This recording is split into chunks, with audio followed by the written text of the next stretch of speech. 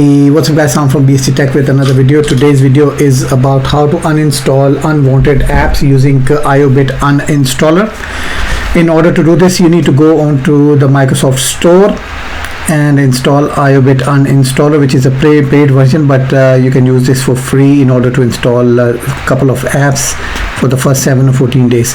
As you can see on my screen, these two apps were installed on my system without my approval at some point in the past couple of days, so try to uninstall it. So for that reason, we'll be going on to the Microsoft Store and download and install iObit uninstaller.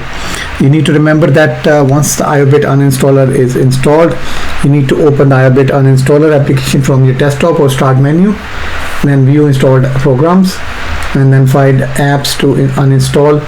Locate the app you want to uninstall from the list. You can use the search function on browse through list manually as well. Initiate uninstallation process and then click on the uninstall button. This will also remove the junk files which are already installed in the C directory.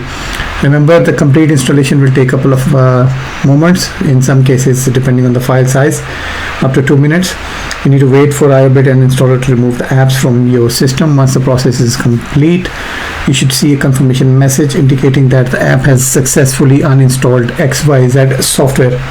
Repeat the process if necessary, and then you should have no problem whatsoever. That's it for today's video, guys. If you like this video, do let me know in the comment section below. See you soon. Take care. Bye bye.